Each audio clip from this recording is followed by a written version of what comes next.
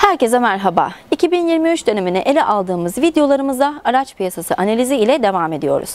Yayına başladığımız 2021 yılından itibaren araç piyasası hakkındaki analizlerimizde araç talebinin güçlü olduğunu ve kurdaki beklediğimiz değer kaybına bağlı olarak fiyatların yükseleceğini dile getirdik.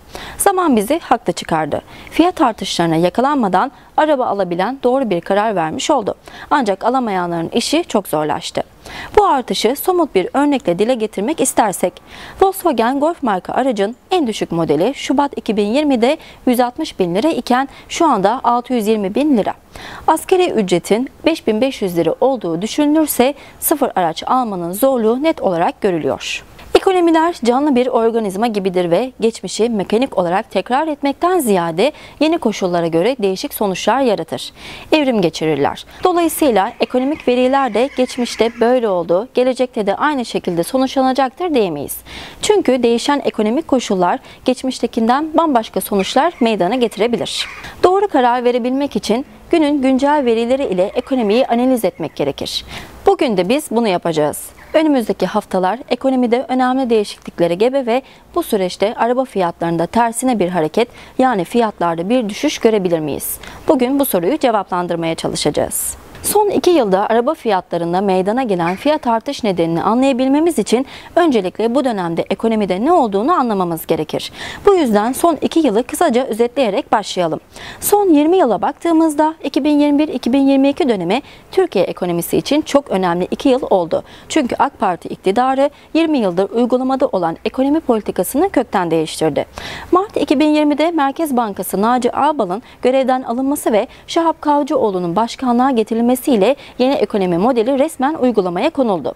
Çok öz olarak yeni ekonomi politikasının 3 ayağı var. Bunlar bankacılık sektörüne kılçıksız kar sağlayarak bankacılık sektörünün sermaye yapılarını güçlendirmek, reel faizi düşürerek kuru üstü kapalı olarak devalüe etmek ve vatandaşın dövize olan ilgisini sert müdahalelerle kırmak.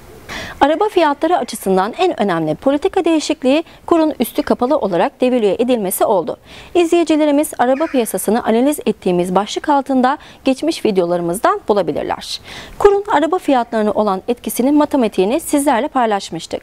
Kurda 1 liralık bir değer kaybı sıfır araç fiyatlarında ortalama 70 bin liralık bir fiyat artışı ile neticeleniyor. Şubat 2020 yılına ortalama dolar kuru 6 lirayken şu anda 18,5 lira. Dolayısıyla bu 12 liralık dolar kuru artışı sıfır araçlarda 840 bin liralık fiyat artışını gerektiriyor. Bu süreçte vergi dilimleri güncellendiği için fiyat artışları bu seviyede olmadı. Ancak sıfır ve ikinci el araç fiyatları en az 4-5 kat arttı. Tabii araba fiyatlarının belirleyicisi sadece döviz kuru değil. Ülkemizde araç piyasasında telef fazlası var ve arz talebi 10 yıllardır karşılayamıyor. Bununla birlikte son 2 yılda nakit olarak tutulabilecek paraların bir kısmı da araba sektöründe değerlendirildi. Yine galericilik üzerinden araba almak satmak bir kara para aklama ve vergisiz kazancı gizleme yöntemi olarak kullanılmakta. Ülkemizde hatırı sayılır sayıda kişi araba alım satımı ek gelir kaynağı olarak kullanıyor. Bu nedenle araba talebi sürekli canlı kalmaya devam ediyor. Evet, 2020-2022 dönemini kısaca özetledik ve şimdi 2023 yılına bakalım. Ülkemizde araba sektörü tamamen ithalat olarak yapıldığı için araba fiyatlarının en temel belirleyicisi de dolar kurundaki gelişmeler olacak. Ekonomi politikasının dolar kuru üzerinde kontrol eden bir mekanizması bulunmamakta. Bu yüzden sadece biz değil, önemli iş adamları için bile dolar kurunun bir hafta, bir ay ya da bir yıl sonra ne olacağı konuları belirsizliğini korumakta. Ancak elimizde bazı ipuçları var. Dolar kurunun seyri açısından sonbahar ve kış aylarında 2021-2022 dönemine kıyasla daha iyi bir tablo ile karşı karşıyayız. Bunun en önemli nedenleri dünya ekonomisi ile birlikte Türkiye ekonomisinde de yavaşlaması ve Rusya ile sürdürülen iyi ilişkiler neticesinde enerji ithalat faturamızın düşecek olması. Enerji ithalat büyüklüğü ülkemizin dış ticaret açığının önemli bir kalemini oluşturuyor. Ülkemizin ucuz enerji bulabilmesi dış ticaret açığımızın azalması yönünde çok hızlı bir etkiye sahip.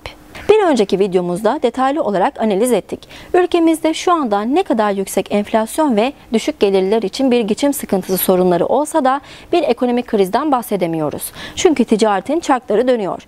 2021-2022 döneminde ekonomik büyüme yaşadık ancak şimdi frene basma zamanı. Ekonomide bir yavaşlama bekliyoruz ve buna bağlı olarak ithalatımız azalacak ve bu da dış ticaret açığının düşmesi yönünde olumlu katkı sağlayacaktır. Diğer yandan aylık enflasyon rakamları yıllık devirlere başlayacağı için çok yakında enflasyondaki yükseliş azalmaya, belki de enflasyon düşmeye başlayacak. Toparlarsak hem dış ticaret verilerinin olumlu yönde ilerlemesi ve hem de enflasyonun düşmeye başlaması önümüzdeki haftaların olumlu ekonomik gelişmeleri olacak. 2023'te kurdaki değer kaybetme baskısının süreceğini ancak son 2 yıldaki kadar hızlı bir değer kaybı yaşanacağını düşünmüyoruz. Şunun altını çizelim, enflasyon ve dolar kuru bugünden yarına hemen düşecek diye bir söylemimiz yok. Dile getirmek istediğimiz şey önümüzdeki haftalarda lirada değer kaybının yavaşlamasını beklememiz. Burada dış ticaret verilerini ve enflasyonun seyrini takip etmek gerekli. Rusya ile geliştirilen ikili ilişkilerin sürdürülmesi de önemli bir faktör. Güncel gelişmeler hakkında izleyicilerimizi bilgilendirmeye devam edeceğiz. Son dönemde araba talebinin bir kısmı da yatırım amaçlı, yani fiyat artış beklentisiyle gerçekleşmişti. Bu talebin kaybolacağını düşünüyoruz. Kurum biraz daha kontrollü değer kaybetmesi ile yeni araç fiyatları da yavaşlayacaktır. Burada ekonomide meydana gelebilecek önemli bir gelişmeden de bahsedelim. O da enflasyondaki düşüş. Eğer dış ticaret açığı dengeye gelir ve kurda değer kaybı azalırsa yastık altında bulundurulan dolarlar zincirleme tepkiyle bozdurulabilir ki bu da kurda aniden bir yüksek oranda değer kaybı ile sonuçlanır. Bu durumda araba fiyatlarında ciddi düşüşler yaşanabilir. Peki böyle bir durumun gerçekleşme olasılığı nedir? Bunu zaman gösterecek. Önemli gelişmelerle ilgili izleyicilerimizi güncel tutmaya devam edeceğiz. Şu andaki tabloda net olan şey önümüzdeki haftalarda lirada değer kaybının yavaşlayacak olması. Buna bağlı olarak araç fiyatlarında fiyat artış hızı düşecektir. Burada şunun altını çizelim. İnternet ortamında her 2-3 ayda bir devletin bir vergi indirimine gideceği söylentisi dolaşıyor. Daha önce belirttik. Bunlar araç piyasası trollerinin ortaya attığı manipülasyon haberler.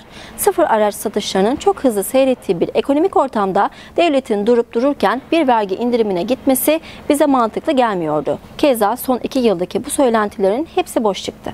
Seçim yatırımı olarak kredi faizleri seçim tarihine doğru kesinlikle düşürülecektir. Araba alacak olanlar için bu fırsatı kaçırmamak yerinde bir karar olacaktır. Çünkü seçimlerin nasıl sonuçlanacağı ve seçimden sonra nasıl bir ekonomik tablo göreceğimiz belirsizliğini korumakta. Evet, bizi izlediğiniz için teşekkür ederiz. Yeni analizlerimizle birlikte yeniden görüşmek üzere.